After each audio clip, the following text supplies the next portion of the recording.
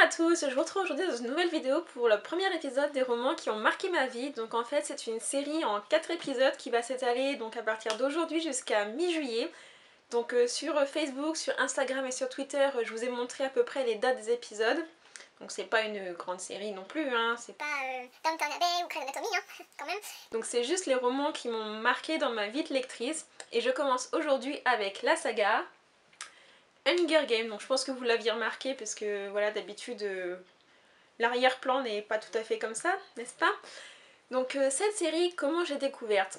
En fait c'est une amie qui était en relation avec Pocket Jeunesse. Et en fait Pocket Jeunesse a décidé, je crois que je sais pas si c'était en été 2009 ou en 2008, je sais plus trop en fait parce que j'ai plus les photos, j'ai plus le roman en question. Ils ont lancé en fait un Hunger Games, donc c'était le tome 1. Donc en roman voyageur. Donc un roman voyageur, qu'est-ce que c'est? C'est un roman qui passe de différents lecteurs, où les lecteurs marquent en fait leur avis dans le roman avec en customisant, etc. Donc je pense que c'était plutôt en 2008, parce que le temps qu'après ça se fasse, enfin... Bon, en fait je sais pas la date exacte. Donc j'ai reçu le roman grâce à une amie, donc j'ai lu Hunger Games avant tout le monde, je pense qu'il était déjà sorti aux États-Unis mais pas encore en France. Pour en fait, Pocket Jeunesse voulait tâter un petit peu le terrain, savoir si le roman allait plaire ou pas au lecteur. Donc évidemment, comment vous dire que j'ai tout simplement dévoré ce premier tome. Je crois que je l'ai relu 2 fois avec cette version-là. C'était déjà une version... Enfin, la couverture était déjà comme ça. Je crois pas qu'il y avait le... Il n'y avait pas ça. Puis il n'y avait pas non plus toute la déco intérieure. Mais voilà, j'ai vraiment adoré ce premier tome. Et du coup, Pocket l'a sorti en octobre 2009. Donc évidemment, je l'ai acheté. Je sais plus non plus si j'étais déjà en partenariat avec Pocket ou pas. Enfin bon, ça limite, on s'en fiche. Donc je l'ai reçu, je l'ai acheté en 2009. Donc je l'ai dévoré.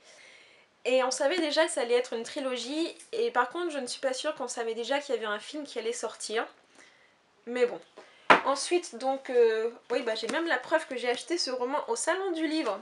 Donc c'était au Salon du Livre Montreuil ou pas? Non, si peut-être. Le pastille comme ça, je crois que quand c'est le salon du livre en mars, c'est juste marqué SDL. Enfin bon, j'ai acheté sur un salon du livre. Hein. Ensuite, donc il y a le tome 2 qui est sorti. Donc c'était en quelle année? En mai 2010, donc octobre 2009, novembre, décembre, janvier, février, mars, avril, mai. Donc presque 7 mois après le premier tome. Donc là c'est pareil, je l'ai tout simplement adoré. Peut-être même plus que le premier tome, et je me souviens quand... Bon, attention spoiler, pour ceux qui ne l'ont pas lu. Quand on arrive presque, c'est à la moitié du roman, et qu'on apprend que Katniss et Peeta vont retourner dans l'arène, j'étais juste scotchée, j'étais non mais c'est pas possible. Qu'est-ce que l'auteur est en train de nous faire? Ils ont déjà survécu à l'arène 1 in extremis, on va dire, et là elle les fait retourner dans l'arène, mais elle est sadique, Suzanne Collins, envers ses personnages. Ça s'est confirmé après. Et mais voilà, j'ai vraiment beaucoup aimé, ça parle plus de l'univers dystopie et j'étais vraiment très contente de l'avoir lu. Et j'ai aussi beaucoup aimé. Et le tome 3, que là j'avais reçu en partenariat, et malheureusement il était arrivé abîmé, mais bon, voilà quoi. Donc lui il est sorti en mai 2011, donc un an après le deuxième tome, donc là ça a été un petit peu plus long. Donc la très jolie couverture, et là aussi j'ai beaucoup aimé. Bon, la fin était peut-être un petit peu trop facile, certes, mais voilà, ils avaient tellement vécu de choses que bon, ils pouvaient avoir un petit peu de répit aussi. Donc voilà, j'ai vraiment découvert ces romans dès leur sortie en fait, donc sur 3 ans, peut-être même 4 ans, un petit peu plus. Et en fait, pour le dernier tome, donc en français, elle allait sortir en mai 2011, et aux États-Unis ou en Angleterre, elle était sortie plus tôt. Ce qui explique pourquoi j'ai une version anglaise. En fait, je pouvais pas attendre la version française.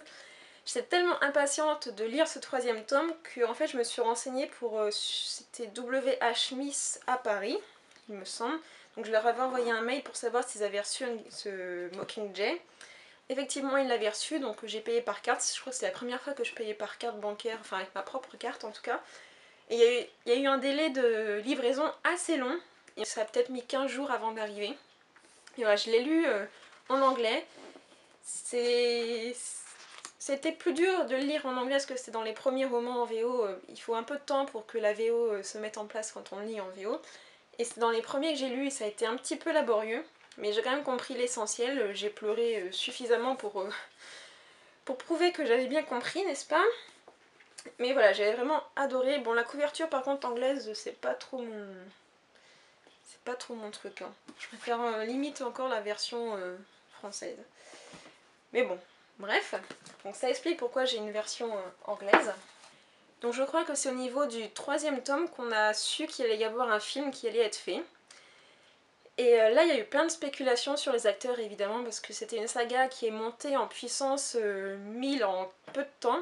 Il y a vraiment beaucoup de monde qui a adoré, il y a même le président Obama, enfin ses filles lisaient Hunger Games et le président Obama a lu Hunger Games, quand même. On savait qu'il allait y avoir un film qui a été fait, donc là il y a eu tout plein de spéculations sur les acteurs. Je sais que moi pour Katniss je voulais absolument que ce soit Kaya Scodelario. C'est celle en fait qui va jouer Teresa dans The Maze Runner. Donc voilà, je voulais absolument que ce soit elle parce que je la trouvais vraiment parfaite dans le rôle de Katniss. Et au départ quand j'ai vu la première bande-annonce pour le film, les acteurs ne me plaisaient pas tellement. Katniss je la trouvais trop en chair, trop pulpeuse en fait, par rapport à Katniss qui est quand même censée un peu mourir de faim. Et voilà, j'étais pas forcément très convaincue. Bon après, j'étais convaincue forcément. Et en fait j'ai vu le film grâce à Pocket, donc en avant-première, il y avait l'avant-première à Paris. Donc j'avais obtenu des places avec des amis. Et donc on a été à Paris pour voir le film, donc il y avait les acteurs aussi qui venaient pour le film. Donc on a juste fait la queue pour aller au film, on aurait pu en fait faire la queue pour les acteurs, enfin du moins voir le tapis rouge et voir le film après, il y en a certaines qui ont fait ça. Mais on préférait quand même voir le film, on a vu les acteurs de loin sur la scène du cinéma, on leur a fait coucou, etc. Et quand j'ai vu le film, donc j'étais avec 2 copines, donc les 2 filles d'ailleurs qui avaient lu en bêta lecteur le premier tome. Donc c'était vraiment très bien de partager cette expérience avec elles parce que voilà, on avait suivi la saga depuis le début et ça nous a fait très bizarre de voir le film, donc c'était la première fois qu'on le voyait et on était toutes choses à la sortie, on était là mais oh là là, il est trop bien, il est vachement bien adapté, il est exactement comme on l'imaginait, finalement les acteurs ils sont vraiment très bien. Même Pita qui est même plus petit que Jennifer Lawrence, mais en fait il est très bien dans son jeu d'acteur. Le président Snow est juste parfait. Mitch est parfait. Sina est parfait. Il y avait vraiment beaucoup de choses. C'était peut-être une des meilleures adaptations livresques que j'avais vues. Et j'étais vraiment très très très contente. Donc ensuite, c'est en novembre 2013, je crois. Je sais plus trop quand est-ce qu'ils sortent en fait les films. Une fois que c'est sorti, moi après je les oublie. Donc il y a le film 2 qui est sorti. Donc là forcément c'est pareil, l'engouement est aussi monté en puissance. Donc j'ai regardé l'avant-première en live stream, donc de l'avant-première londonienne. Donc c'était juste énorme, il y avait des Mockingjay, donc comme la broche partout, enfin je sais plus, c'était pas Times Square, non parce que ça c'est à New York. Enfin c'était un square assez connu, je connais pas assez bien Londres pour vous dire où c'était. Où il y avait plein de Mockingjay enflammés, il y avait tapis rouge, il y avait plein de feux partout, c'était vraiment énorme. Bon, forcément je suis pas allée à Londres, je le regardais depuis mon ordinateur, mais c'était vraiment très impressionnant. Et donc j'ai vu le film 2, donc là aussi avec une amie qui avait lu le premier tome en bêta lecteur, et là par contre c'était une claque mais monumentale, dans le bon sens du terme, hein, je m'explique.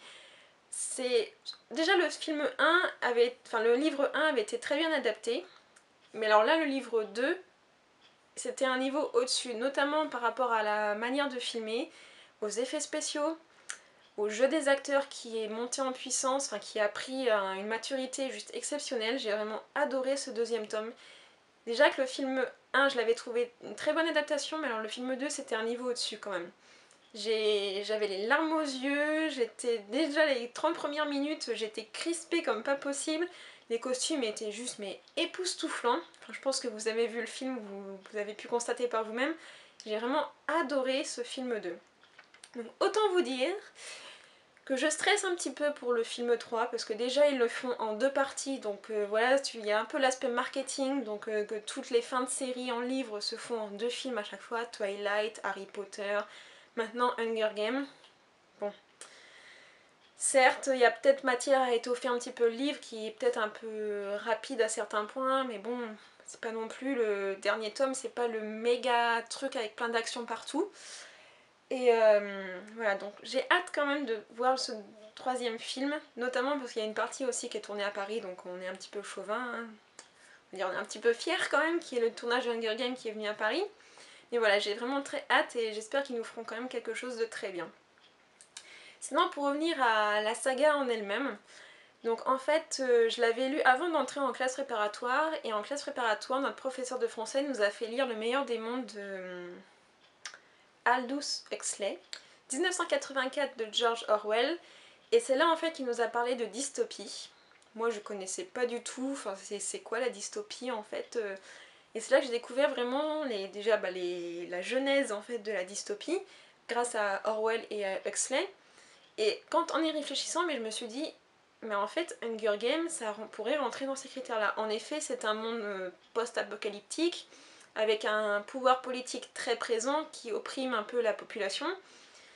Et c'est, enfin, toute la société qu'on connaît est complètement changée. Donc en fait, ça rentre dans la dystopie. Et c'est là que j'ai découvert en fait qu'il y avait un nouveau entre guillemets, mouvement littéraire, donc la dystopie, qui se lançait dans la jeunesse, dans la littérature jeunesse. Et en fait, il faut avouer qu'après Hunger Games, on a eu une explosion de tous ces romans qualifiés de dystopie. Si vous avez vu mon bookshelf tour, vous voyez que j'ai une bibliothèque qui est d'ailleurs là-bas, où j'ai presque une trentaine ou voire une quarantaine de romans young adultes sur la dystopie, donc ça a explosé mais de manière phénoménale. Donc depuis 2008, donc on est en 2014, donc ça fait 6 ans. C'est un phénomène littéraire qui est monté juste en puissance. Mais c'est quand même grâce à Hunger Games que moi j'ai découvert ce genre-là. J'apprécie beaucoup ce genre, notamment au début. Maintenant un peu moins parce que voilà, ils s'éparpillent un petit peu, c'est tout le temps, c'est assez répétitif, les auteurs prennent souvent la même thématique ou les mêmes points. Voilà, je pense qu'on en a fait un petit peu le tour. Mais c'est quand même la saga Hunger Games qui a lancé ce genre-là, et voilà. Hop, donc sinon, très récemment, donc j'ai acheté la saga en anglais. Vous allez me dire, oui, mais tu avais déjà le tome 3 en anglais. Oui, mais bon, faut dire qu'elle était pas très jolie quand même, la couverture. Puis j'avais que le tome 3. Et là, en fait, c'était Scholastic, donc c'est la maison d'édition anglaise qui a sorti un coffret. Donc tout en noir, tout en sobriété, ce qui me convient parfaitement avec juste les gemmes au cœur, donc de Hunger Games, Catching Fire et Mockingjay. Et voilà, donc en fait c'est un format assez petit, on va dire, c'est à peu près le même format que pour la version... je dirais que moi c'est presque des semi-poches en fait, c'est pas très loin de notre format poche chez nous, un peu plus grand quand même, mais pas non plus des masses. Et voilà, je trouve que les couvertures sont sobres. Il y a juste le logo et je trouve que c'est très bien en fait. Le logo est tellement beau qu'en fait il suffit à lui-même. Voilà, j'étais vraiment très très contente. Je l'ai acheté sur Price Minister pour une vingtaine d'euros frais de port compris. Donc voilà, j'étais vraiment très très contente. Et puis la boîte est juste trop classe. En plus c'est une boîte quand même avec un carton assez épais. Voilà, donc c'était mon histoire sur la saga Hunger Games. Donc je suis très intéressée de connaître la vôtre. Donc en attendant, je vous souhaite plein de bonnes lectures, je vous donne rendez-vous donc très prochainement dans une prochaine vidéo, et je vous souhaite donc plein de bonnes choses et à très bientôt. Salut! Les romans qui ont marqué ma vie, prise au moins 5-6, action! Ensuite, donc je crois que c'est par contre au niveau du 3e tome. Oups là, il y a un feu sur ma langue. Bon, ils sont trop bons. J'adore les livres neufs. Bon bref. Bon, j'espère que c'est la bonne cette fois. Bonjour à tous, je vous retrouve